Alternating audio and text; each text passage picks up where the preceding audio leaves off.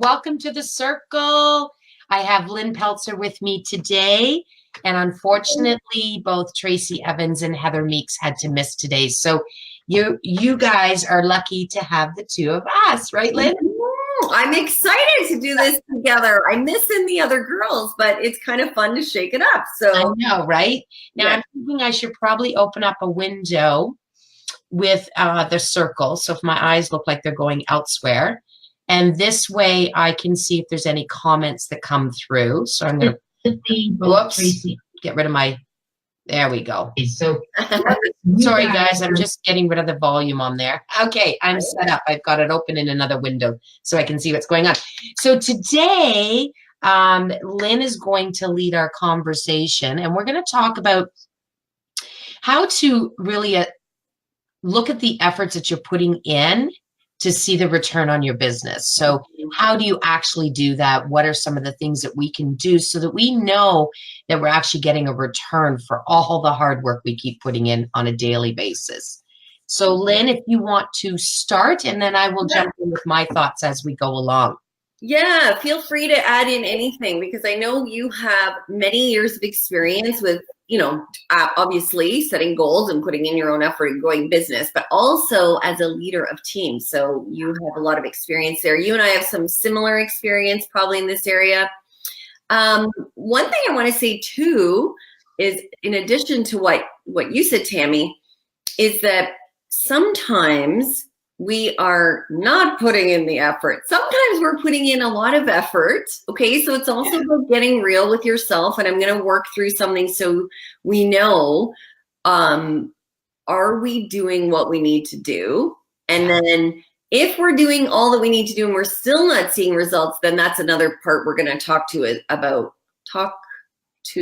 everyone about. Blah, blah, blah.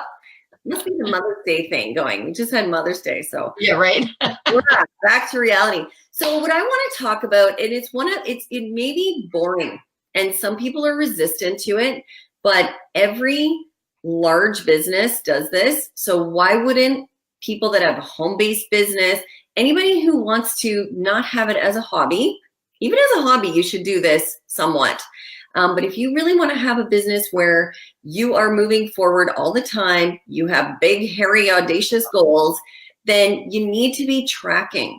It can't be just throw it out to the wind and see what happens. No, and it's appealing to do that a little bit, Tammy, isn't it? When we're not working maybe in an office cubicle where a boss is coming to you and saying, did you get this, and done, doing a review of you every, 3 months, 6 months, a year on your efforts, which is what they would do. So we have to do it ourselves. Because it is difficult to hold ourselves accountable and to really, some of us are afraid to even look at our numbers. Right? Yes. Reality, right? And some people, they just turn a blind eye to it, and they really don't know, maybe until they do their taxes, which is actually one of the ways that I can tell how my business has grown is when I do my taxes and find out what I owe the government, which is shocking. I got mine back, and it's not looking good for Tammy. I need to start selling lots of jewelry with the new business to pay for my taxes for my Facebook business, which is fantastic. But a lot of people do that. They just leave it. They do up their taxes, and then they find out how much they owe, and they measure that as being the growth, right? Because the more you owe the government as an entrepreneur, the more that you had a successful year or a better year than the year before. And we really don't want that. You don't want to leave it and get a surprise at the end of the year, right? In case it's not a good number. Right. And then you're also very surprised maybe how much you owe, and you have to figure out how to collect the money. Well, the thing that, when I was leading a team, I would often have people want to review things about their business, or they might reach out to me saying, hey, can I talk? I don't know how it's going. And I'd say, whoa, it's time for us to have a little review.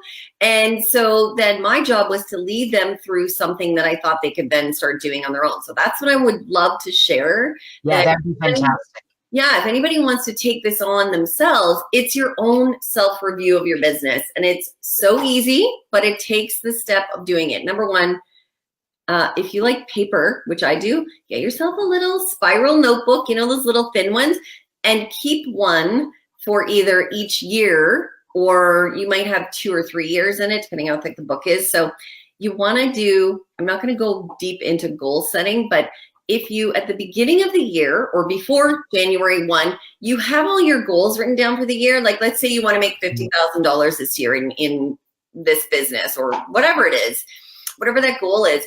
It can't be just like thinking, oh, I want to make that much money. You have to reverse engineer the goal to say, okay, well, if I was to make $50,000, how many sales would I have to make? How many sales would my team need to make? How many bonuses would I make? All of those things. So you create like the list of the things that would have to happen. Yes. Then you have to make the list of, well, how am I going to get that many sales? How am I going to recruit this many new leaders? And so there has to be action steps in there. So I'd say write it down, sort of just all your thoughts about that for the year, and then break it down quarterly, because quarterly is when you'll really have the good look at yourself. So it did not the end of the year, and now it's like, you know, April, and you're going, oh, I owe a lot to the government. I guess I did well, or I didn't know much to the government. I guess I didn't do well. We want to check in often enough so that we can course correct. Yeah. And be real, right? So Tammy, you're, you know, just launched this new jewelry business. So one of the things you would want is new people on your team, and then you would also want your own personal sales, right? Absolutely, yes. So if I'm using you as an example, you might be able to figure out how much money you would bring in from each of those activities. And then you'd make the list of, okay, well, you're well connected, but let's say someone's pretty new. Okay, what do I need to do for marketing, which may mean social media? You know, I need hosting a launch of some sort, to, you know, going into different communities and hosting your own mini launches in all these different communities, even if you don't know anyone. Right. Right. Because you can, you know, advertise in the local papers and get people out introducing this new, whatever business it is that you're tackling. Right. So that's something that people tend to forget, is that they just stick with who they already know. Right. And sometimes it's not always the easiest for us because we don't get the support that we need from our family and friends. Right. So, you know, look outside. Where can you build your business? Right? And look at the community and look at who lives there and do the demographics around them, and then figure out when is the best time to host your own little event. And it doesn't have to be from a direct sales standpoint. It can be anything.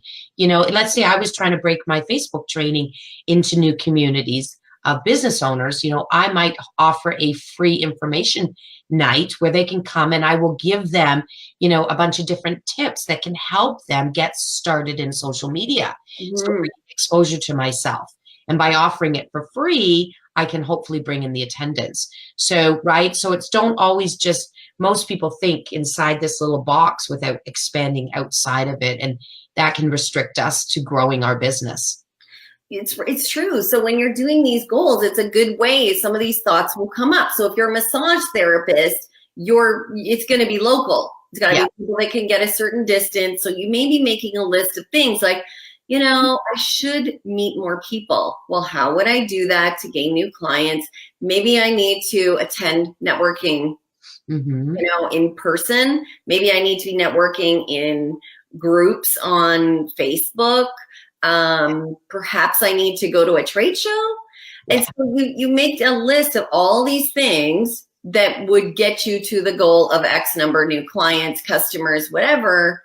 And then you say, how many do I need to do per quarter? Because guess what? In each business, certain quarters are busier than others, and you want to take advantage of that. Right. Or maybe I don't want to work so much in the summer. So I'm going to work my tail off for 75% of the year. And 25%, I'm going to take it a little bit easy because I like to go to Florida for 3 weeks. So exactly. And just as a side note, something I thought about when you talk about massage therapists, and this can apply to a lot of businesses, you know, nutrition people, food industry, flowers, things like that. But why not approach your local senior citizens communities and to go into the different senior citizens homes, you know, the well, we call them the manor. I don't know if they're still called that, and do some free stuff in there to showcase who you are, what you offer, and maybe that, think about your different markets. If your market is children, then look at your local YMCAs or your local recreation centers and see if you can get in there and do some free workshops of some sort just to bring you more exposure, right? It's thinking, it's going beyond, right? Because we live in a technology world and so many people, and I wish they wouldn't, are 100% relying on online marketing to build their business. And they have to stop. You have to, there's too many elements that we need to layer on in order to get out there and really see the efforts of what we're doing to get a return. Yeah, that can be the starting point of it, but then you need to continue those relationships, or, maybe you do advertising. Yeah, exactly. Whatever it is, trade shows, advertising, in-person networking, social media, all the different things you might do, but then, and host an event where you're getting your information out. So once you have a list of all those things that would potentially bring you new customers, clients, new business, then it's really breaking it down into how many things I need to do in this quarter or in this month. And then also I want to add into this is sometimes there needs to be some personal development in there or something that you think you're lacking in that you want to learn about. That needs to go on the list. Yeah. And so how do I assess my business to my efforts? Is that when you go back at the end of the quarter and you look at all the things that you had written down that you were going to do to get this goal, you just say, did I do it or not? It's right there sitting in front of you. And if you didn't, then you didn't do it, then you got to think, okay, why didn't I do it? Like maybe something happened with your health and you couldn't, and don't beat yourself up about it. Just reset those goals, right, Tam? Or maybe they were unrealistic, right? Or maybe you caught yourself a number of times saying, oh, I just don't feel like going. I just don't. And you didn't do it. Like maybe you do need to push yourself a little harder. Oh my gosh, I said I was going to book a trade show in May and I didn't do it. Why didn't I do it? I let it go. I didn't look back at my goals to kind of keep myself accountable. And I think too, every one of those tasks, you need to monitor it. So if I said, okay, I'm going to go and, visit 5 senior citizen centers this month. Okay. And for each one that I go to, I need to put notes. How many people showed up? How many did I actually talk to? How many did I make a connection with? How many showed interest? And if you find that, you're doing it for, let's say, 6 months, and you find that the numbers don't justify you continuing to do that task, then you need to stop and find the next one to replace it. So you have to measure every single element, because it's great to say, okay, I'm going to go do this. But if you don't really take a step back and look at the details of what came out of it, networking in person is a perfect example. How many of us attend 4 or 5 different networking groups a month? Are we looking at each one of them to see where the return is coming from, right? And then the ones that are giving you the return, they should be the ones you focus on and making sure you attend every month, not, every 3 months. You need to. It doesn't work that way. Yeah, right. You got to commit to it. Like I'm talking about networking, which of course I could go on and on and on about. But, and the other thing about networking is maybe networking in person you're not good at it. Like exactly. It's not natural for you. You don't feel comfortable. That doesn't mean you shouldn't do it. That means we need to figure out how to get better about it and call somebody, is great and think, okay, do I sit and not really engage and maybe just talk to the one person? Do I not show up prepared? Do I not have, I'm not into the whole business card thing, but maybe you'd like to have a few samples in case you're talking about what you do and somebody wants a sample, but you're always rushing and not, are we on the screen properly there? Yes, I'm going in and just clicking on the comments. Okay, thank you. I think it's the tracking. And if I can add, when I started my own business and I had mentors, I remember them saying, you need to have 3 looks a day. And I remember thinking, how? Yeah. Like, what does that mean? So I had to really figure out myself, what did that mean? And for some people, they could do more. Some people could do less.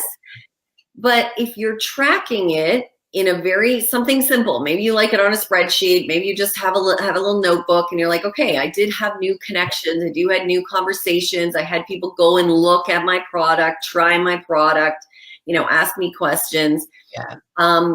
But also the way Exactly. I was just saying, and don't get so much caught up in the cookie cutter side of things, right? Yeah. Right. There could be certain tasks or elements of measuring your success or your progress by taking tidbits from Timbits. Really Canadian. Yeah, no kidding. Tidbits from different type of ways of tracking and making your own, right? Like, there's certain things that work for me. I track every single month exactly what's happening with my business through spreadsheets. That's how I tend to work. That just works for me, right? The other thing too that people need to keep in mind is tracking your social media results. People are, I tell people, if you're consistent, if you're networking online, if you're giving value, right? You're constantly giving value. Within 3 months, if you haven't seen some type of a growth, then you have to relook at that and understand what it is that's not working. And you can track your results through the Insights tab on your business page, right? You can see what's happening. You can see how many people are engaging or reacting. And at the same time, from all of that, you should be tracking how many referrals you're getting through social media. How many clients are you getting that are directly contacting you through social media, right? And if your efforts are not producing after 3 months, then you need to relook at what's happening, right? So it's every aspect of our marketing, everything that you're doing, how you're getting out there. You've got to figure out what's the best way for me to track it so that every month or every quarter, or if you want to go to a year, am I seeing my growth? Is things happening? Are things making a difference? And maybe, some of those tasks you say, forget it. You know what? I'm going to eliminate it because it's too much work and I'm getting, 1% return, which is just not enough for me.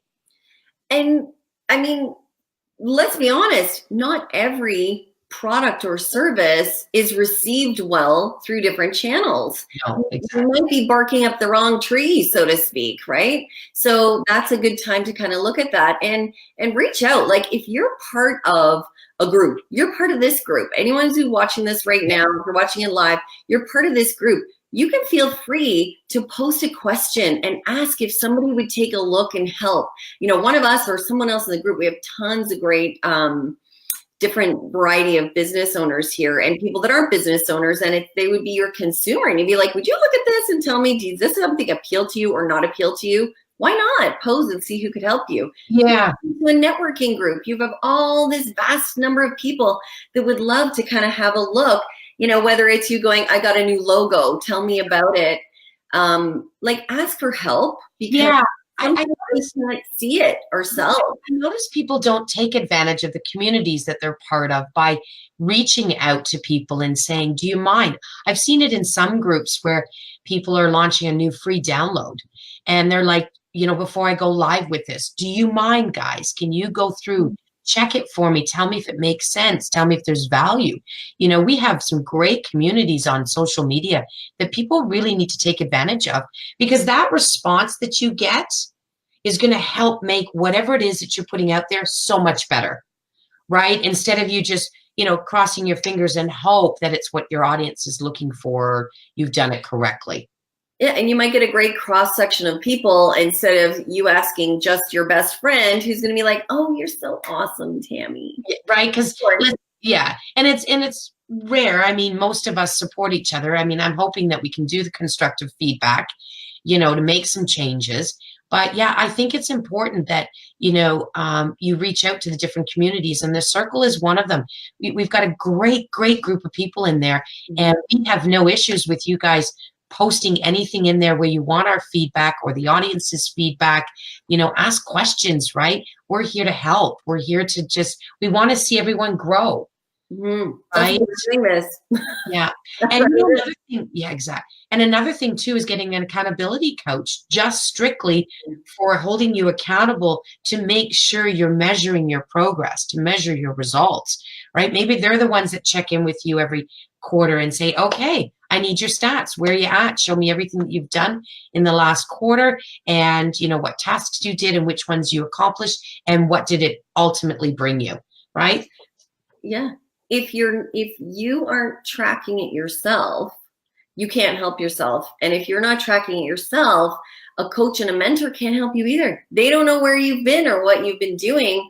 And, we all have some routines of things that we're like, yeah, I know I do that part all the time. And so maybe it's the other parts you need to be just making note of all the time. But if you need to change the activities related to the goal, because those efforts you're putting in to those activities are not getting you results. I think that's what you're saying, Tammy.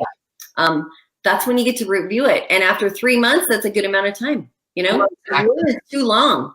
A year is far too long to be maybe spinning your wheels on something that's not working. I've introduced a variety of programs over the last, 8 years now with the Facebook business. I've launched certain things and programs, material, and so forth.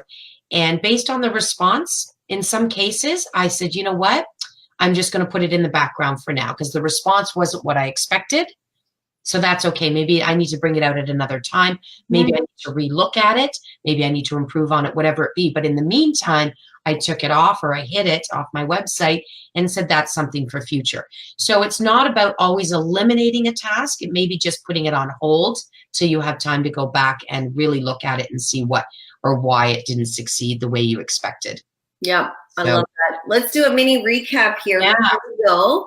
So measuring your business against your efforts, really, we're talking about tracking it, seeing those goals, maybe as an annual goal, break it down into quarterly. How would you get to that annual goal? You can break that down into monthly, weekly, daily, whatever it is that you want into smaller amount, and track it. And then, I didn't say this earlier, put it on your schedule to go and check. Like, it's the end of the quarter, you better go check and write those things down. I have it from 7 years ago. I can tell you exactly what I was doing 7 years ago, and I can tell you how my numbers changed from 10 people looking at information, one person would say yes, to it growing to 7 people would say yes. So who wants to have a pat on the back when you see that actually happening? You're like, oh my gosh, I'm getting better. That's great. Yeah. So look at accountability partners. Yeah.